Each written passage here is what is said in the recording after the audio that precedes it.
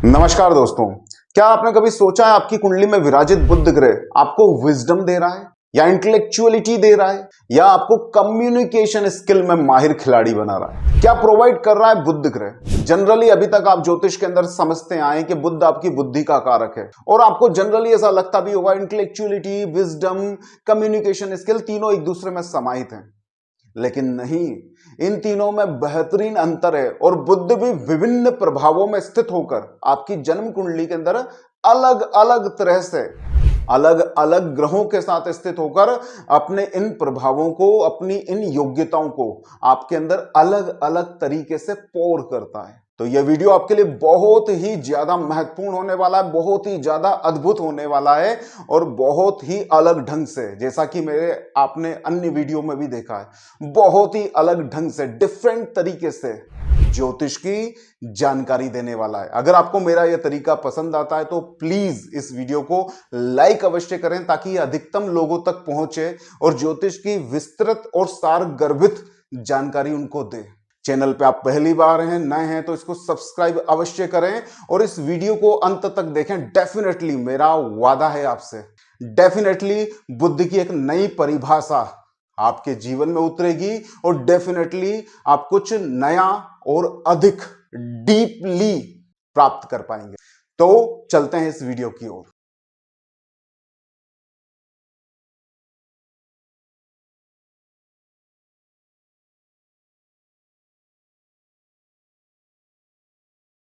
बुध आपकी बुद्धि के ऊपर किस तरह का प्रभाव डाल रहा है, अगर यह आपको जानना है तो इन तीन बच्चों की कहानी को बहुत ही ध्यान से समझिए।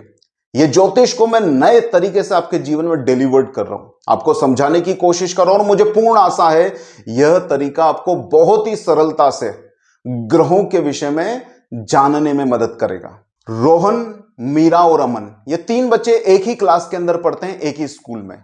इन तीनों बच्चों का जन्म एक ही शहर में हुआ है, अलग जन्म समय पर तथा अलग जन्म तारीखों पर। रोहन जिसकी कुंडली हम देखते हैं तो पता चलता है बुध ग्रह उसकी कुंडली के अंदर चंद्रमा के साथ युति बनाकर बैठा है। रोहन का ऑब्जर्वेशन जब हम करते हैं तो वो हमको बहुत ज्यादा इंटेलेक्चुअल दिखाई देता है। वह अपनी क्लास में आने वाली समस्त समस्याओं को बहुत तार्किक ढंग से हल करने की कोशिश करता है। इवन जब उसका लड़ाई झगड़ा भी हो जाता है तो वो तर्क कौशल के द्वारा, लॉजिक और रीजनिंग के द्वारा उस झगड़े को खत्म करने की कोशिश करता है। क्लास में वो मैथ में तो हमेशा अव्वल रहता है, गणित का ज्ञान उसका क्लास में उसको सर्वश्रेष्ठ बनाता है। मीरा जिसकी कुंडली हम देखते हैं तो पता चलता है कि उसकी कुंडली में सूर्य बुध के साथ युति बनाकर स्थापित हुआ है। सूर्य और बुध की यह युति बुध आदित्य योग उसको प्रदान करती है और मीरा क्लास के अंदर हमेशा डोमिनेंट रहने की कोशिश करती है। वह सदैव निर्णय देने की कोशिश करती है किसी भी समस्या या किसी भी उलझन के ऊपर। मीरा अपनी वाणी के प्रभाव से सबको अपने अधीन रखने की कोशिश करती है और जब भी वो अपनी क्लास के प्रिंसिपल या अपने सर से भी मिलती है तो बात इस तरह से करती है जैसे कि वो आदेश दे रही हो। अमन जिसकी कुंडली के अंदर शुक्र और बुध की युति है, अमन अक्सर अपनी वाक चतुराई से सबको सम्मोहित किए हुए रखता है। वो अपनी क्लास में आने वाली समस्याओं में, डिबेट के अंदर वह सदैव अपनी टीम को विजयी बनाता है और प्रत्येक समस्या का समाधान अपने अपोजिट पार्टी को, जो उससे शत्रुवत व्यवहार कर रहे हैं या जो उससे लड़ने भी आ रहे हैं, उनको अपनी वाक चतुराई से कन्विंस करने की कोशिश करता है और अंततः वह सफल होता है। बुध ग्रह इन तीनों बच्चों को अलग अलग ग्रह के साथ युति बनाकर अलग अलग तरह की योग्यता देते हैं। वो रोहन को इंटेलेक्चुअलिटी देते हैं तो मीरा को बुध ग्रह सूर्य के साथ स्थित होकर विजडम देते हैं और अमन के अंदर वह कम्युनिकेशन स्किल को भर देते हैं। तो कैसे करते हैं यह बुध ग्रह?